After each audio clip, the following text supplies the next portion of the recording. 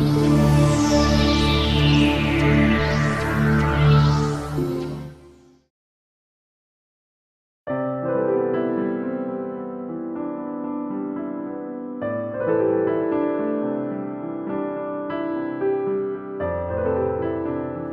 oggi fino al 9 maggio sarà possibile visitare presso Villa Ubizzi la mostra promossa dall'assessore alla cultura Parole e colori, la poesia incontra l'acquerello. L'esposizione nasce dall'incontro casuale e provvidenziale di due artiste del territorio di Albignasego, che 2 anni fa hanno unito la loro creatività in una perfetta sinergia tra poesia e immagini realizzate con la tecnica dell'acquerello.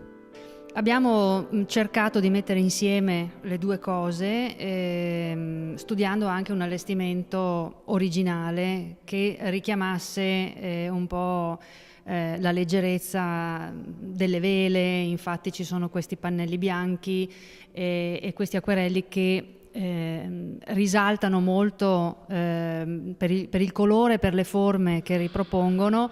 E in abbinamento c'è questa pergamena su cui abbiamo fatto stampare alcune poesie. Monica Vizzini ha già pubblicato una raccolta delle sue poesie, mentre Giovanna Lami, grafica pubblicitaria con la passione per la pittura, è al suo esordio espositivo.